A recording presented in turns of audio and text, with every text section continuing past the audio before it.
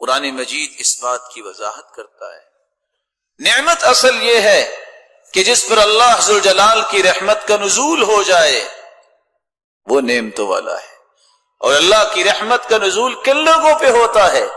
جن کے دل میں اللہ کی محبت، جن کے دل میں خوبصورت ایمان، جن کے دل میں اللہ کے ذکر کی چاہت اور شوق اور ذوق، جن کے دلوں میں مسلمانوں کے لیے خیر خواہی، جن کے دلوں میں مسلمانوں کے لیے اچھائیاں پیش کرنے کا شوق آ جائے، یہ نعمتوں والے ہیں۔ اور ان دلوں میں فسق و فجور اور برائی کی نفرت آ جاتی ہے، یہ لوگ نعمتوں کے مالک ہیں، جن کو اللہ نے اتنے پیارے دل دے دیے ہیں۔ ایسے دل کہ ایسے دل والے کو انسان دیکھے، اولیاء اللہ الذین اذا رؤوا ذکر اللہ، جن کی قول و کردار کو دیکھ کے اللہ یاد آ جائے، جن کی گفتار کو دیکھ کے انسان سن کے اور اس کے کردار کو دیکھ کے انسان اللہ کو یاد کرے کہ اللہ نے ایسے لوگ بھی پیدا کیے۔ وَاعْلَمُوا أَنَّ فِيكُمْ رَسُولَ اللَّهِ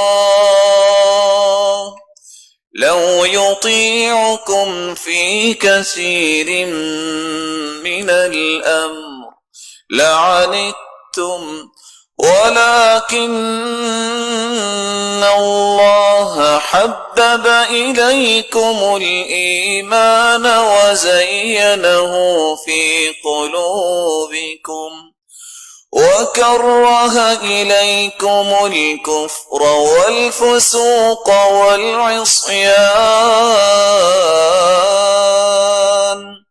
أُولَئِكَ هُمُ الرَّاشِدُونَ فَضْلًا مِّنَ اللَّهِ وَنِعْمَةً وَاللَّهُ عَلِيمٌ حَكِيمٌ۔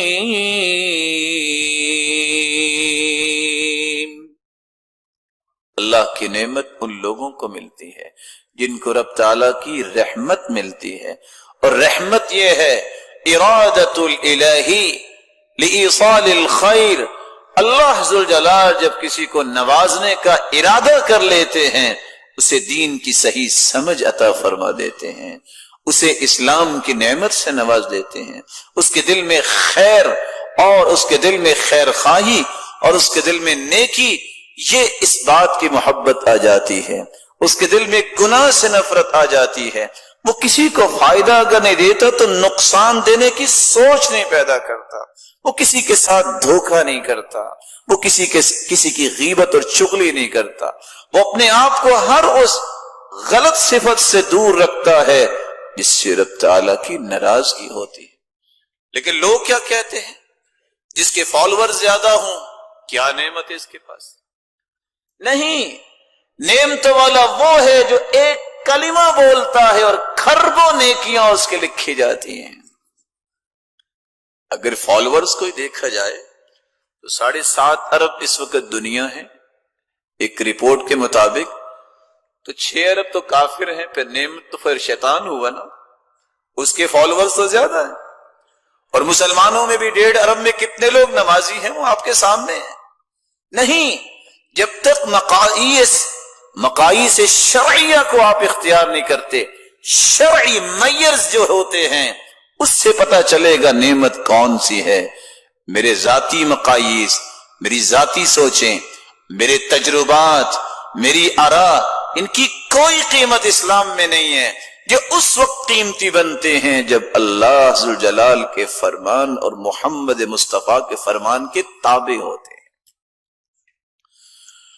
يَسْتَبْشِرُونَ بِنِعْمَةٍ مِّنَ اللَّهِ وَفَضْلٍ وَأَنَّ اللَّهَ لَا يُضِيعُ أَجْرَ الْمُؤْمِنِينَ۔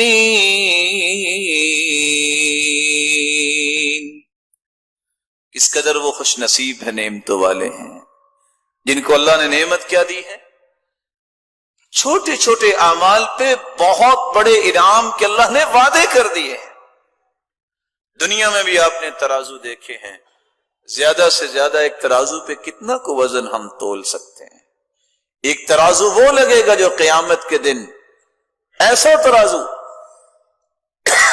لو وضعت السماوات والارض ومن فيهن في كفة، جس ترازو کے ایک پلڑے میں 7 آسمان اور 7 زمینیں رکھ دی جائیں گی، پھر بھی وہ ایک پلڑا بھی بھرے گا نہیں۔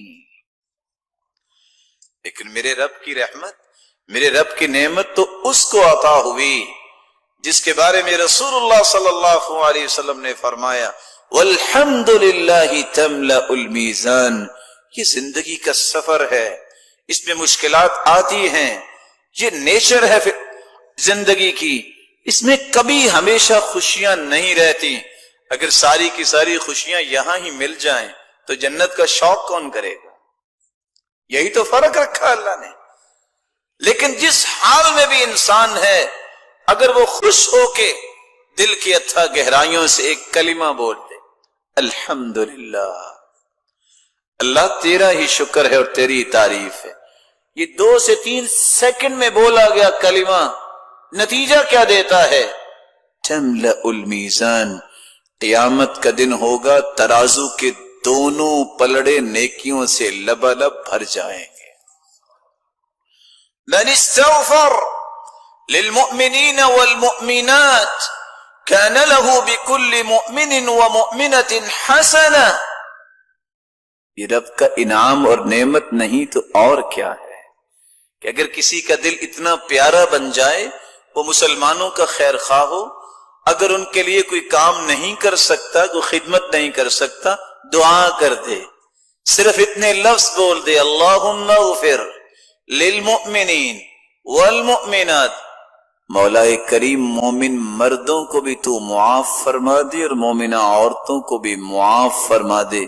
اتنے کلمات اس کی زبان ادا کرتی ہے، ادھر آدم علیہ السلام سے لے کر قیامت تک آنے والی انسانیت میں جتنے مومن مرد ہوں گے، جتنی مومنہ عورتیں ہوں گی، اتنی تعداد میں اس کے نام اعمال میں نیکیاں لکھ دی جاتی ہیں۔